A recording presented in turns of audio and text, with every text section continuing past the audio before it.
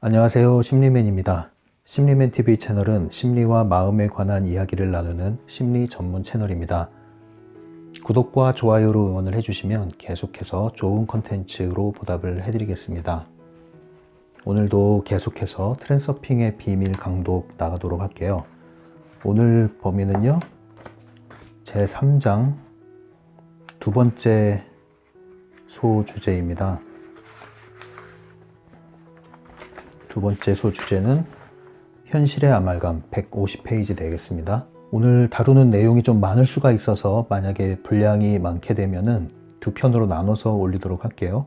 지금 우리가 하고 있는 것은 계속 연속적인 얘기입니다. 그래서 어느 정도는 반복된 얘기가 나올 거예요.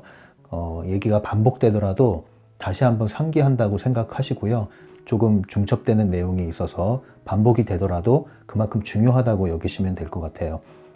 이번 장에서도 역시 거울이라는 개념을 끄집어 와야 되겠는데요. 일단 거울을 그려볼게요. 거울이 있습니다. 여러분, 이것이 집에 있는 물리적인 거울이라고 일단 먼저 생각을 해보겠습니다. 여러분들 거울은 어떻게 만들어지는지 아십니까?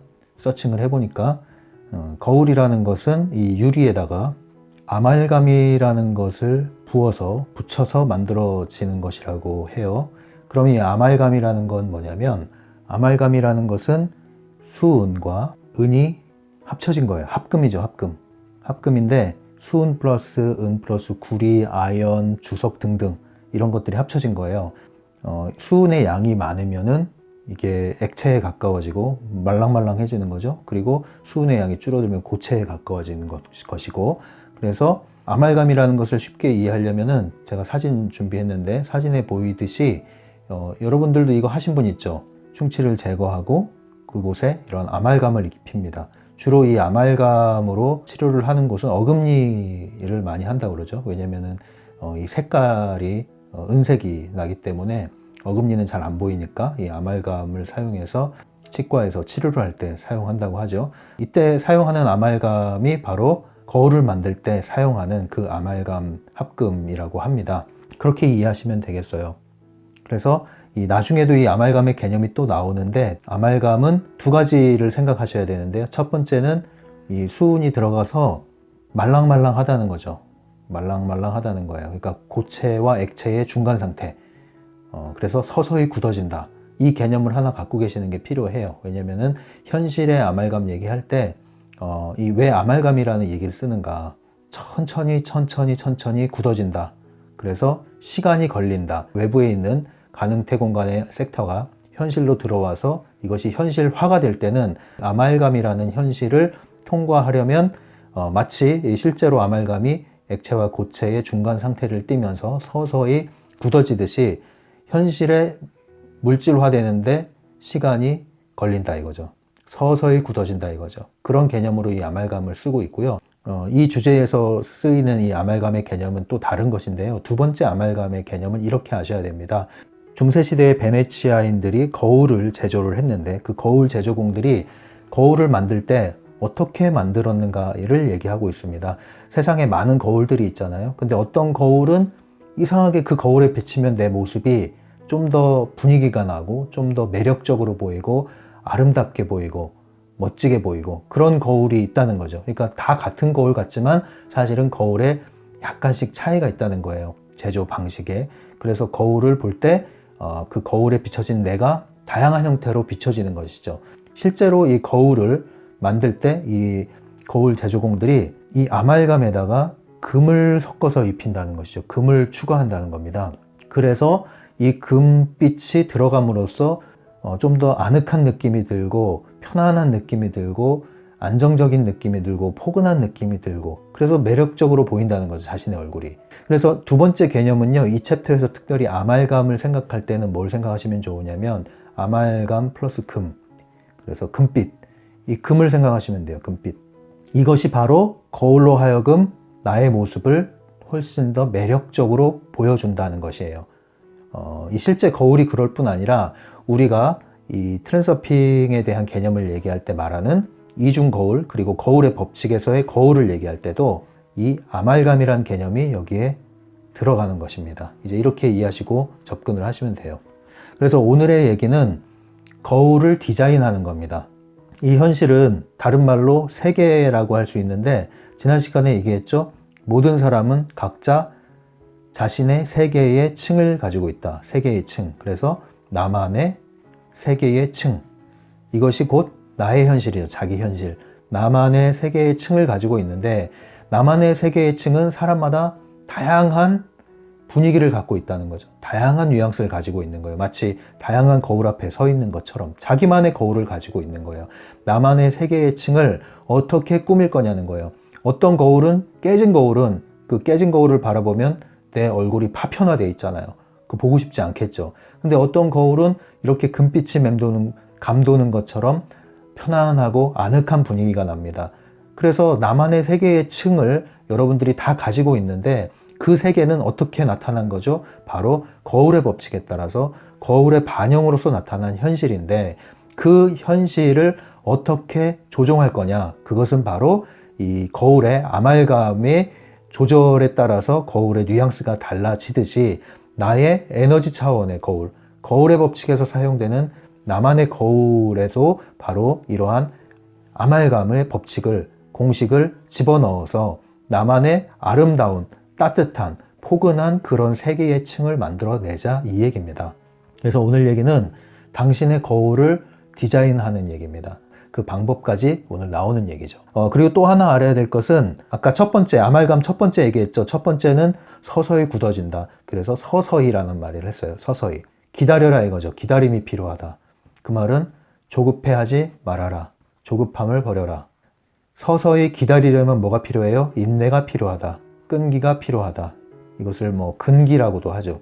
뒷심이라고도 하고요. 이것이 필요하다. 이거예요. 그래서 아말감이란 개념 얘기할 때 첫 번째는 서서히 물질화된다. 그러니까 인내하고 기다리고 지속해라, 이 얘기고요. 또 아말감 또 하나는 여기에 플러스 금이 들어감으로써 매력적으로 보이는 거잖아요. 아늑한 느낌. 이러한 나만의 금빛, 나만의 아름다운 아말감 색채를 집어넣자, 이겁니다. 이거 아말감 공식이라고 하는데요. 이 두 가지를 기억하시면 됩니다. 그래서 오늘은 이것을 기반으로 나만의 거울을 디자인하고, 그 거울을 꾸준히 들여다보면서 나만의 현실이, 세계의 층이 나에게 도래하도록, 나의 세계의 층이 바뀌도록, 그러한 것을 지속할 수 있는 법에 대해서 오늘 이야기하고 있는 것입니다. 그러면 책을 보면서 또 부연 설명을 해볼게요. 150페이지에서는 거울에 대한 얘기를 계속 하는 거예요. 그래서 이 거울이 어떻게 제조공에 따라서 차이가 나는가, 그리고 어떤 거울이 그렇게 매력적으로 사람을 비춰주는가, 그 비결은 뭔가, 이런 얘기를 통해서 자연스럽게 이 에너지, 거울에 대한 얘기로 넘어가는 겁니다. 그래서 151페이지에 보시면요, 첫 번째 단락에 보시면, 당신도 자신을 위해 이중 거울의 작은 한 부분을 이처럼 개량할 수 있다. 당신의 세계의 층을 아늑하게 만들어주는 자신만의 특별한 아말감을 만들어내는 것이다. 나만의 세계의 층을 형성하기 위해서 거울의 법칙을 사용하는 데 있어서 그 나의 거울을 디자인하는 얘기를 하는 겁니다. 그래서 자신만의 특별한 아말감을 만들어내라, 이렇게 얘기하는데, 그 밑에 보시면은 새로운 용어가 나오죠. 그렇게 할 때 뭐가 필요하냐면 본선을 선택해야 된다라고 하면서 또 메인 라인이라고 돼 있죠. 이건 이렇게 이해하시면 돼요. 그 밑에 줄에 볼틱체로 되어 있는 거 보십시오. 예컨대 당신은 세상이 나를 보살펴주고 있다는 공식을 본선으로 선택할 수 있다, 이렇게 돼 있죠. 여기서 말하는 본선은 이렇게 이해하시면 됩니다. 어떤 기준점 같은 거라고 보시면 돼요. 어떠한 기준점이냐? 나만의 세계의 층은 다른 말로 세상에 대한 나의 감각이에요. 세상을 대할 때 내가 받아들이는 느낌, 세상에 대한 나의 느낌, 그 느낌을 어떠한 방향으로 설정할 거냐, 이거예요. 그 설정하는 여러 가지의 기준이 있을 거 아닙니까? 그 기준점을 만들자는 거죠. 기준이라는 것은 일종의, 여기에 이제 못을 딱 박아 놓은 것과 같아요. 그러면 이 못에 걸려 있는 고무줄이 있죠. 그럼 이 고무줄은 이렇게 늘어나요. 늘어났다가 언젠가는 돌아갈 거 아니에요? 그럼 돌아가려면은 기준이 있어야 돼요. 근데 못에 걸려 있으면 멀리 사방으로 당겨져서 도망가더라도 다시 제자리로 돌아올 수 있죠. 기준점이 있으니까. 그런데 이 못이 없으면 쭉 당겼다가 놨을 때 어디로 튕길지 몰라요. 전혀 다른 곳에 떨어질 수가 있어요. 그래서 항상 이 본선, 기준점을 만들어 놓자, 이건데, 이 기준점은 바로 내가 나만의 세계의 층을 어떻게 느끼고 바라볼 것인가에 대한 기준이에요. 시작점과 같은 것이죠. 그러면 그 느낌, 나만의 세계의 층에 대한 느낌, 뉘앙스, 그것은 어떻게 차이가 날까요? 이를테면 이런 거예요. 몇 개의 층이 있겠죠. 이렇게 여러 가지의 세계의 층이 있을 거예요. 사람마다 다양한 층에서 이 세상을 경험하고 있죠. 그런데 이 느낌이라는 것이 감정으로 봅시다. 이쪽은 감정. 그 느낌이라는 것이 우울한 느낌의 세상을 경험하는 사람들이 있어요. 이런 사람들은 날이 맑으면 맑은 대로 슬프고 비가 오면 비가 오는 대로 슬퍼요. 슬플 이유밖에 없어요. 다 우울할 이유밖에 없어요. 외롭고 높고 쓸쓸한 분들. 자, 그 다음에 또 이런 분들이 있죠. 여러 가지가 있겠지만 제가 대표적으로 뽑아내는 겁니다. 평상심이 이렇게 우울한 분들, 이것이 바로 본선이 우울에 가 있는 거예요. 그러면 이런 분들은 고무줄이 주위 사람들에 의해서 이렇게 유쾌한 쪽으로 고무줄이 당겨졌다 하더라도 금방 어디로 돌아가요? 다시 기준점이 우울한 곳이거든요. 일로 돌아가 버리는 거예요. 그러니까 좋은 일이 있어도 이 사람들한테는 그냥 우연일 뿐이고 좋은 일이 있을수록 더 우울해지는 거예요. 쟤는 저러는데 이렇게. 그리고 주위 사람들이 칭찬을 해줘도 그걸 받아들이질 못하는 거죠. 그냥 나 기분 좋으라고 하는 얘기인가 보지. 아휴 이러면서. 왜? 본선이 여기 와 있고 나의 세계층이 이 본선에 따라서 형성이 되어 있는 거거든요. 그러니까 이것을 어디에 옮겨 놓느냐 이거죠. 또 어떤 분들은 이 세상을 바라보는데 기본 감정이 늘 흥분되어 있는 게 있어요. 업됐다고 그러죠. 업돼 있다. 이게 지나치면 뭐예요? 이게 지나치면 병이죠. 병이면 무슨 병입니까? 이게 조증이잖아요. 조증. 이거는 우울증. 그래서 두 개가 왔다 갔다 하면 조울증이 되잖아요. 이게 힘든 병이잖아요. 이게 치료가 안 되면은. 우리는 항상 우리의 감정이요. 이 기준점이 어디로 가 있어야 되느냐. 이 감정의 기준점은 차분해야 돼요. 기본적으로 차분해야 됩니다.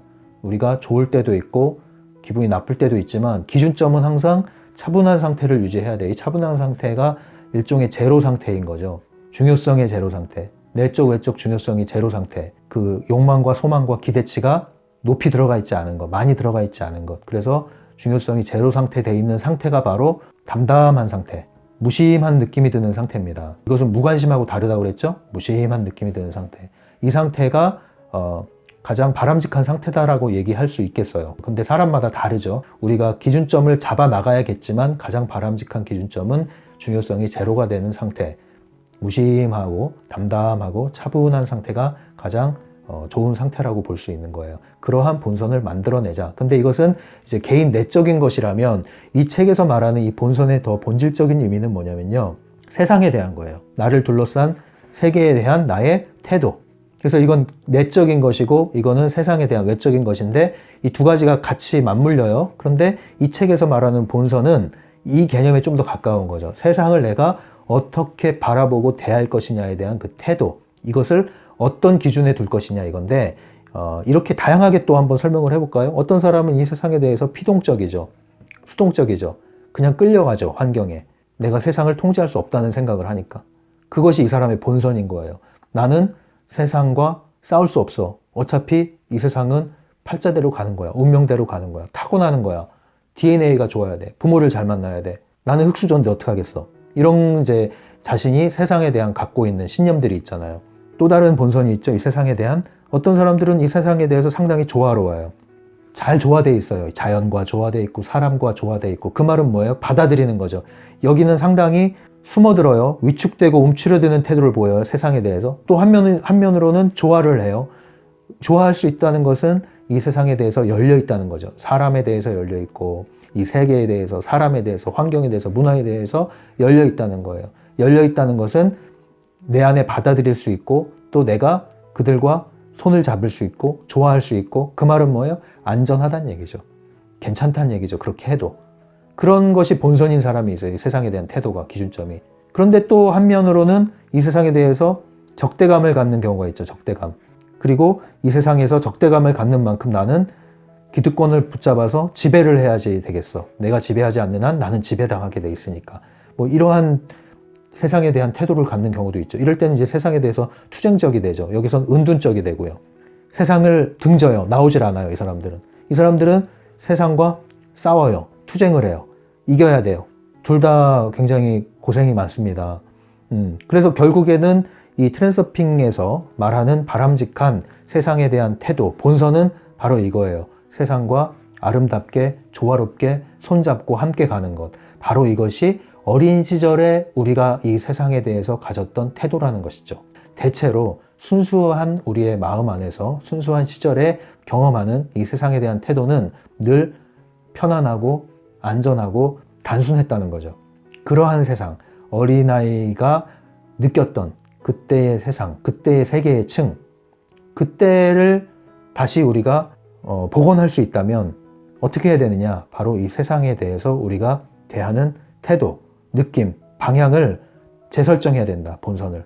그래서 이 책에서 예를 드는 것이 바로 이거예요. 세상이 나를 보살펴주고 있다. 이것이 바로 아말감의 공식이 되는 거죠. 이 세상에 차디찬 세상, 냉혹한 세상, 그런 세상을 따뜻하게 만들기 위한 금빛을 집어넣는 거죠. 이 아말감, 거울에다가. 그 거울에다가 금빛을 집어넣는 메시지 중에 하나가 세상이 나를 보살펴주고 있다, 이 메시지라는 거예요. 그것이 바로 이 세상과 조화롭게 가기 위한 본선을 선택하는 것이라는 거죠. 그리고 나의 마음도 중요성이 제로가 돼서 담담하고 무심하고 차분한 상태로 가기 위한 본선을 만들어내는 메시지라는 거죠. 세상이 나를 보살피고 있다. 여러분을 어떻게 생각하십니까? 세상이 여러분을 보살펴주고 있다고 생각하십니까? 아니면 세상이 할 수 있는 한 여러분들의 가진 걸 다 빼앗아 먹으려고 괴롭히가 있다고 생각하십니까? 사실은 모든 게 정답이죠. 거울은 네가 말하는 대로 생각하는 대로 그대로 대답을 하고 반영을 해준다가 바로 거울의 법칙이니까요. 만약에 여러분들이 이 말을 동의하지 못하고 그런 게 어디 있어? 지금까지 내가 살아온 세상은 이런 어둠의 세상이었고 괴롭히는 세상이었고 차가운 세상이었단 말이야. 그것은 다 어린아이들, 철들지 못한 어린아이들의 얘기야. 어른이 된다는 것은 이러한 세상을 받아들이는 거야. 이것이 세상이야. 이것이 현실이야. 그렇게 생각하십니까? 그렇게 생각하시기 때문에 여러분들은 그 세계층에서 그러한 현실을 살아온 것이고 살게 되는 것이고 앞으로도 계속 살게 될 것이에요. 그것은 분명한 겁니다. 거울의 법칙은 정확히 작동을 하는데 지금까지 여러분들은 이러한 부정적인 거울의 법칙을 정확히 사용을 해왔다는 것이죠. 이거를 인정하고 여기서 긍정적인 것으로 전환할 의지를 갖지 않는 한 여러분들의 불평, 불만, 원망, 시비는 끝이 없이 되풀이돼서 이 거울은 조금 더 변하지 않고 더 심하면 거울에 금이 가는 일도 생긴다는 거죠. 거울에 금이 가면 뭐가 되겠습니까? 내 모습이 금이 가는 거죠. 왜냐하면 나는 거울에 의해서 작동되어 왔고 앞으로도 거울에 의해서 환경에 의해서 좌지우지 되어 왔으니까 앞으로도 그렇게 될 거니까 이것이 트랜서핑의 거울의 법칙의 큰 그림이에요. 그러니까 계속 이걸 반복하는 거 아닙니까? 이걸 알아차리시라는 거죠. 그리고 이것을 인정하시고 받아들이시고 의도를 사용해서 내가 이것을 조율하시라는 거죠. 151페이지 보시면 세상을 느끼는 감각의 방향을 본선에 맞추어 의식적으로 조정해보면 그에 따라 거울이 어떻게 반응을 하는지를 깨달을 수 있을 것이다. 이것은 현실을 조종하는 당신의 첫 번째 걸음이 될 것이다. 트랜서퍼가 되기 위한, 이제 기존에 막 펜듈럼 얘기를 많이 했었다면 이제는 트랜서퍼가 되어서 트랜서핑을 하기 위한 첫 걸음이 뭐냐? 바로 거울 앞에 선 내가 거울을 조종하는 건데 그 첫 번째가 이 세상에 대한 나의 태도, 본선을 바꿈으로써 나의 세계의 층을 바꾸자는 얘기죠. 사념 에너지를 그동안 방사했던 부정적 에너지를 전환시키자는 거죠. 이게 첫걸음이라는 거예요. 이거 한번 해보십시오. 믿져야 본전 아니겠습니까? 정말 본전이잖아요. 본전. 더 나빠질 수는 없단 말이에요. 이걸 한다고 그래서. 그럼 안 할 이유가 없잖아요. 더 좋아지는 게 의심스러워서 안 하잖아요. 지금까지 내가 이렇게 해왔는데 이렇게 살아왔는데 이거 해서 뭐해? 그런 의심 때문에 계속 굴레에 반복하고 있잖아요. 더 좋아질 것 같지도 않고 해봤더니 뭐 빨리 효과도 없고 그 얘기를 하잖아요. 결국은 이 지속력을 발휘하지 못하잖아요. 결국은 오려고 하다가 돌아가서 원래의 모습으로 또 살잖아요.